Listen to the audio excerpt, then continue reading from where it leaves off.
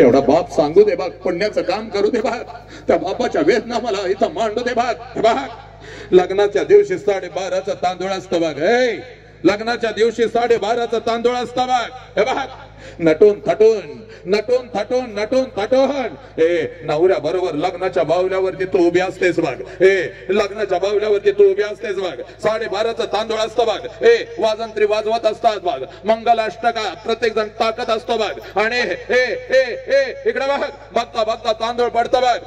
सगळेजण तुला आशीर्वाद द्यायला लग्नाच्या बावल्यावरती येतात. तू आशीर्वाद घेत असतेस. प्रत्येक जण तुला आशीर्वाद देत असतो बघ. हे बघ, आणि त्याच लग्न मंडपामध्ये जेवणाच्या पंक्ती उठत असतात. आणि तिथं मात्र तुझा बाप मिरवत असतो. तिथं मात्र तुझा बाप मिरवत असतो. तिथं मात्र तुझा बाप मिरवत असतो बघ. हे बघ, पोट भरून जेवायचं रे, पोट भरून जेवायचं. कोणी हे उपाशी जायचं नाही. पोट भरून जेवायचं रे, कोणी हे उपाशी जायचं नाही. कोणी हे उपाशी जायचं नाही. तुझा बाप हसत हसत हसत हसत, तुझा बाप हसत हसत लग्न मंडपातून फिरत असतो बघ. प्रत्येकानं जेवायचं. प्रत्येकानं जेवायचं. पोरी, आणि बघता बघता बघता बघता 9 वाजता, बघता बघता 3 वाजतात बघ. सगळा लग्न मंडप मोकळा होतो बघ. सगळा लग्न मंडप मोकळा होतो.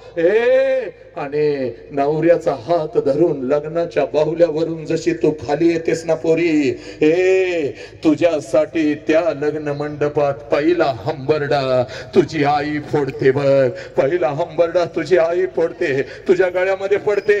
पोरी, पोरी, बापाने 20 वर्ष तुला जपलं की गण, एका क्षणात आता दुसरीची झालीस. आता माझा अधिकार तुझ्यावर राहिला नाही बघ पोरी. पाहुण्यासारखं फक्त तुला आता बघत उभं राहायचं बघ. माझ्या डोळ्यासमोरून तू निघून जाणार पोरी. आज घरी कसं जाऊ पोरी? घराच्या भिंती मला खायला उठतील की का पोरी? पोरी, या खोलीतून त्या खोलीमध्ये टनाटन उडी मारणारी माझी चिमणी आता मला दिसणार नाही की ग?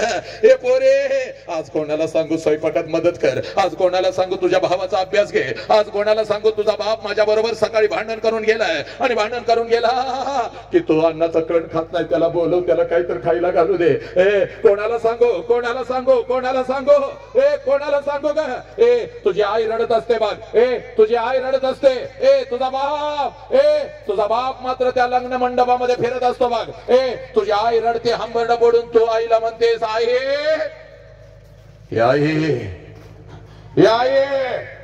नको ग आई रडू. मी कसं जाऊ आई? मी कसं पुढं पाऊल टाकू आई? नको ग आई, नको रडू. इतक्यात तुझा 7वीचा भाऊ तुला म्हणतो, दीदी परत कधी येणार ग? आणि याचं उत्तर तुझ्याकडे नसतं. आणि भावाला पकडून रडत हंबरडा फोडतेस आणि भावाला म्हणतेस, घर सोडताना मला माझी आई कळाली र. पोरा, आईला त्रास देऊ नको. आता आईचं तोंड मला रोज बघायला नाही मिळणार र. आईला त्रास देऊ नको. तुझी आजी रडते, तुझी मावशी रडते, सगळा लग्न मंडप रडतो, तुझ्या मैत्रिणी रडतात. आणि त्या लग्न मंडपामध्ये तुझा बाप मात्र हसत हसत फिरत असतो. त्या लग्न मंडपामध्ये तुझा बाप मात्र हसत हसत फिरत असतो. पळत पळत तिथं येतो, पळत पळत तिथं येतो. प्रत्येकाला ओरडतो, का रडताय रे? कोणी रडायचं नाही. का रडताय? कोणी रडायचं नाही. माझ्या पोरगीचा नवीन आयुष्य आहे, चला चला तिला हसत पाठवा. तुझा हात धरतो, तुझ्या नवऱ्याचा हात धरतो. लग्न मंडपाच्या बाहेर गाडी सजवलेली असते. दोघांना तिथं घेऊन येतो. गाडीचा दरवाजा स्वतःच उघडतो. दोघांना गाडीत बसवतो. तुला म्हणतो, पोरी आमची काळजी करू नको, हसत हसत जा, चाल, हसत हसत जा. तुझी गाडी निघून जाते. तुला वाटतं माझा बाप असाच आहे. लहानपणापासून मला माझ्या बापानं बंधनात ठेवलं. इकडं का गेलीस, तिकडं का गेलीस? आणि आज तर माझ्या बापानं कमालच केली. सगळा मंडप रडला पण माझा बाप रडला नाही. हे पोरी, चोख पोरी, चोख. तुझा बाप रडला पण फक्त तुला दिसला नाही पोरी. तुझा बाप रडला पण फक्त तुला दिसला नाही पोरी. हे बघ, जशी तुझी गाडी निघून जाते त्या लग्न मंडपात तुझा बाप पळत पळत येतो बघ. लग्न मंडपवाल्याला बोलवतो, इकडं ये रे बाबा, तुझं किती पैसे आजच घे. लग्न मंडपवाल्याला बोलवतो, तुझं किती पैसे आजच घे, उद्या माझ्याकडे असतील नसतील. हे बस्तवाल्या, तुझं किती पैसे आजच घे, उद्या माझ्याकडे असतील नसतील. हे वाजंत्री 500 रुपये जास्त देणार, लई चांगलं वाजवत होता बाबा माझी पोरगी मला सोडून जाताना. जेवणवाल्या, तुझं पण पैसा आजच घे, उद्या माझ्याकडे असतील नसतील. पोरी, संध्याकाळी 7 वाजेपर्यंत त्या लग्न मंडपात तुझा बाप तुझ्यासाठी भिकारी होतो. पोरी, भिकारी होतो. आणि संध्याकाळी 9 वाजता पळत पळत पळत पळत घरी जातो. घरातलं तुझं वस्तूंचं कपाट उघडतो आणि तुझ्या वस्तूंना पकडून पकडून रात्रभर अंथरून आणि उशी जो ओला करतो, त्याचं नाव बाप आहे. पुरी, त्याचं नाव बाप आहे. तुझी आई म्हणते, अहो सावरा की स्वतःला, अहो सावरा की स्वतःला. तेव्हा तुझ्या आईच्या खांद्यावर डोकं आपटून आपटून आईचा खांदा ओला करतो, त्याचं नाव बाप आहे. पुरी, मी बघितलेत बाप, तुझी जुनी ओढणी कपाटातून काढतो, त्या ओढणीनं आपलं डोळं पुसतो, त्या ओढणीचं मुख घेत किमान 1 महिना ओढणी उशाला घेऊन झोपतो आणि लहान मुलासारखा हंबरडा जो रात्रीच्या अंधारात एकटाच फोडतो, त्याचं नाव बाप आहे. परी, त्याचं नाव बाप आहे. मग छत्रपतींच्या समोर, आऊ जिजाऊंच्या समोर आणि माझ्या संभाजी राजांच्या समोर एकच प्रश्न मला या युवकांना विचारायचा आहे. हे पोरी, अशा बापाच्या तोंडावर थुकून जाणार आहेस का ग तू, नालायक हरामखोर? जो बाप तुझ्यासाठी नागडा राहिला, जो बाप तुझ्यासाठी उघडा राहिला, जो बाप तुझ्यासाठी उपाशी राहिला, त्या बापाच्या तोंडावर थुकून तू निघून जाणार आहेस का ग पोरी? पोरी, महाराष्ट्रच नाही तर भारतभर फिरतो बघ. तुझा बाप पोलीस स्टेशनला उभा असतो ग. नालायकानं, ऐका रे, हरामखोर झालो आम्ही. तुझा बाप पोलीस स्टेशनला उभा असतो बघ, आणि जिथं उभा असतो तिथली सगळी जमीन अश्रूने भिजलेली असते ग.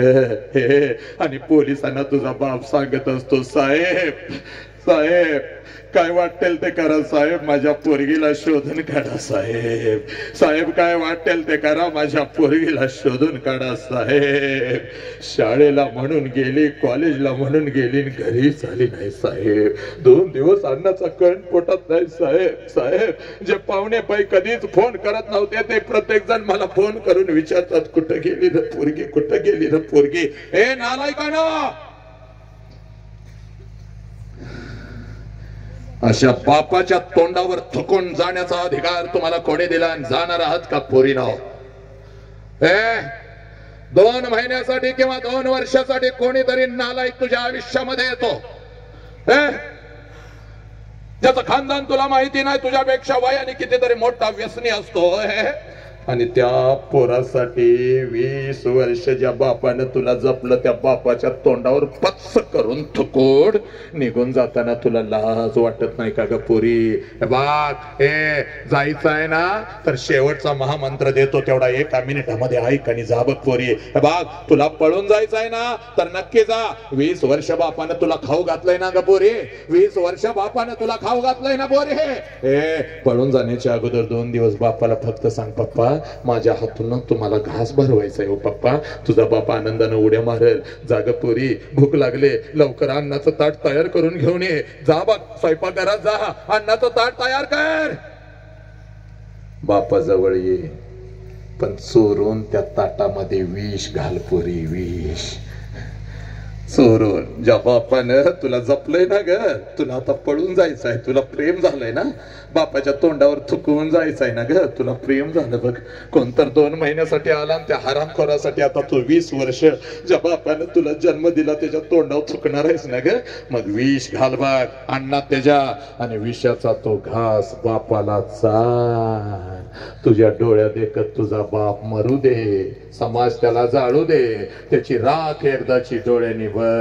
आणि मग पोरी, मग तू पळून जा, कारण जिवंतपणीचं मरण लय वाईट असतं पुरी, लय वाईट असतं. हात जोडून या गावातल्या माझ्या लेकींना पोरांना, ए पोरा, कुठल्या तर लेकीचा हात धरून रातोरात तिला तिच्या बापाच्या तोंडावर थुकायला लावायचं आणि घेऊन जायचं, याला मर्द म्हणत नाहीत, याला नामर्द म्हणतात. आणि तू कधीच नामर्द असू शकत नाहीस, कारण ही माती छत्रपतींची आहे, ही माती संभाजी राजांची आहे. तर मर्दच जन्माला येतो, लक्षात घे पोरा. गावातली प्रत्येक पोरगी तुझी जबाबदारी आहे बघ. हे पोरीनं जीव गेला तरी चालेल बघ. बापाला कधी सोडून जायचं नाही पोरी, बापाला कधीच सोडून जायचं नाही बघ. तुझ्या वाघासारख्या बापाला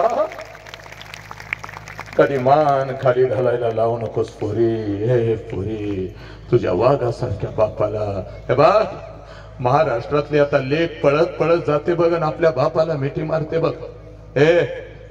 तुला एक दाखवू का ग? हे बघ, रोज तुझ्या नजरेनं तू बाप बघतेस ना, आज माझ्या नजरेने एक बाप बघ. हे बघ, दाखव ना काळाची